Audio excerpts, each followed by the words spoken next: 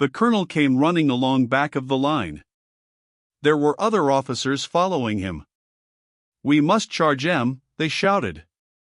"We must charge 'em," they cried with resentful voices, as if anticipating a rebellion against this plan by the men. The youth, upon hearing the shouts, began to study the distance between him and the enemy.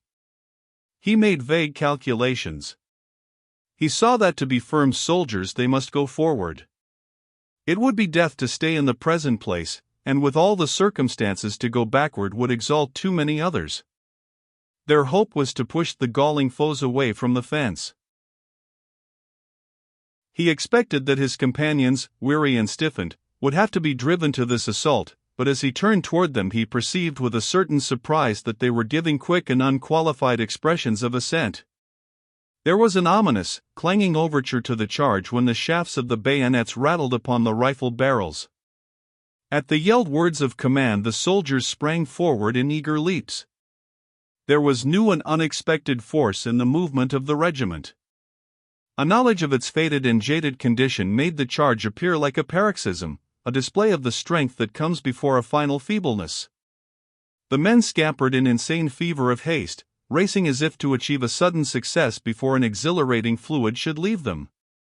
It was a blind and despairing rush by the collection of men in dusty and tattered blue, over a green sward and under a sapphire sky, toward a fence, dimly outlined in smoke, from behind which spluttered the fierce rifles of enemies. The youth kept the bright colors to the front.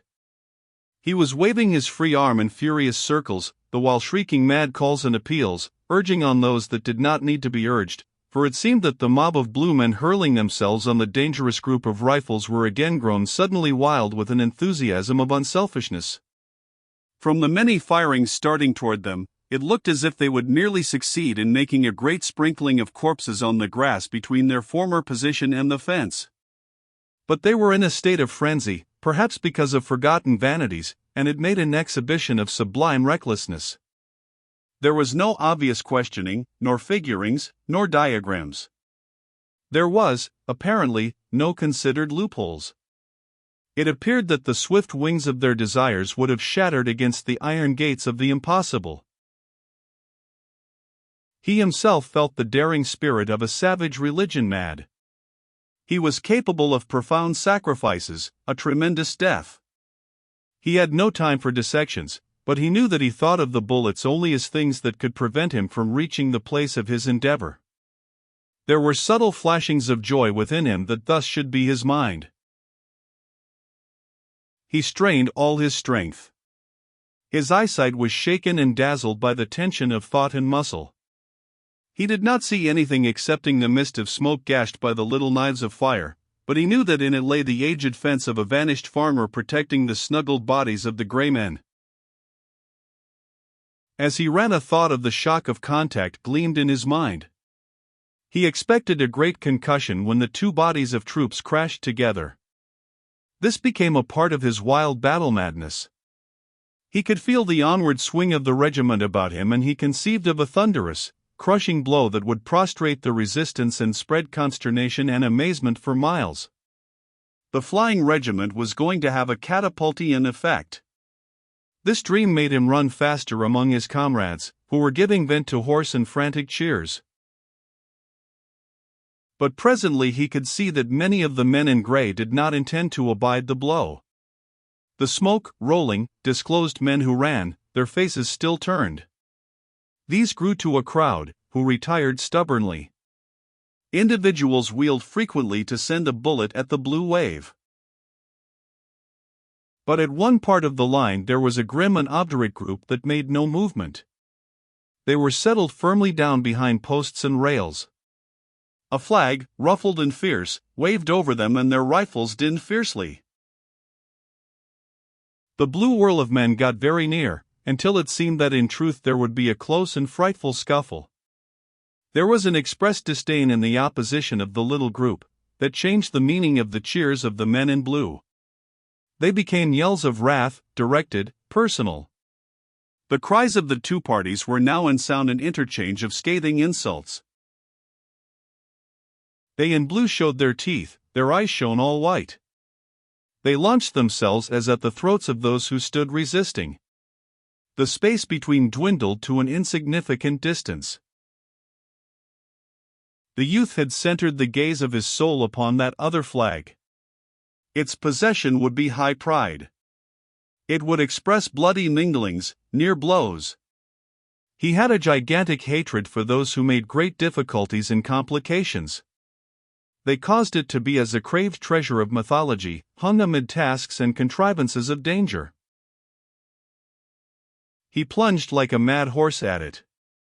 He was resolved it should not escape if wild blows and darings of blows could seize it. His own emblem, quivering in a flare, was winging toward the other. It seemed there would shortly be an encounter of strange beaks and claws, as of eagles. The swirling body of blue men came to a sudden halt at close and disastrous range and roared a swift volley. The group in gray was split and broken by this fire, but its riddled body still fought. The men in blue yelled again and rushed in upon it.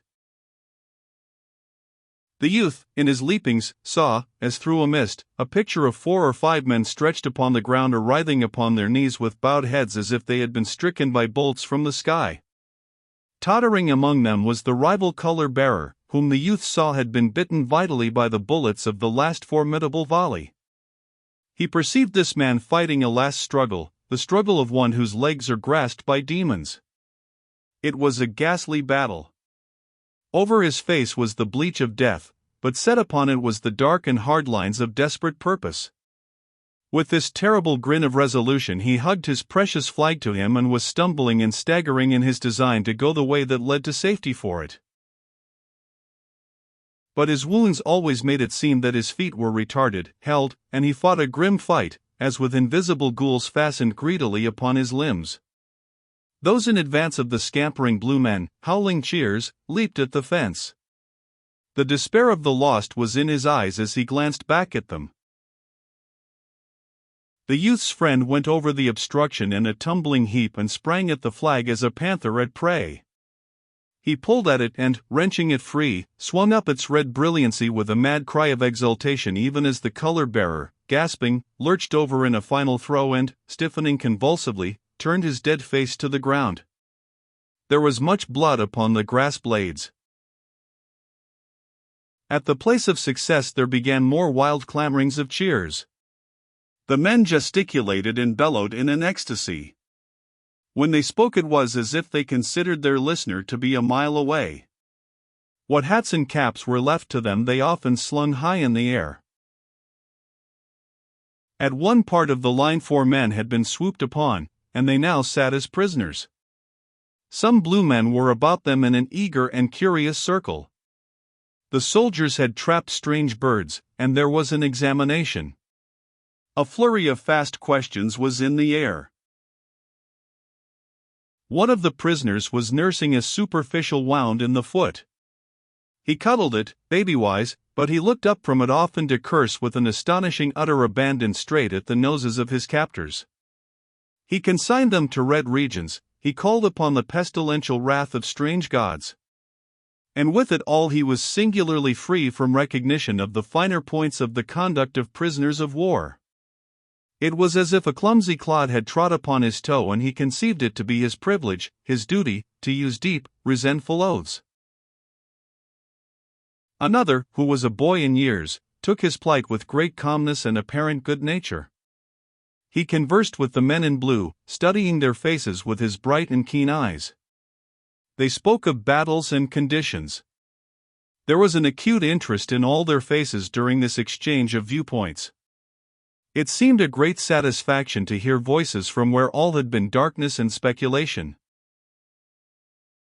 The third captive sat with a morose countenance. He preserved a stoical and cold attitude.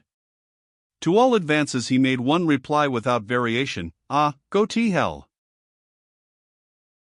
The last of the 4 was always silent and, for the most part, kept his face turned in unmolested directions.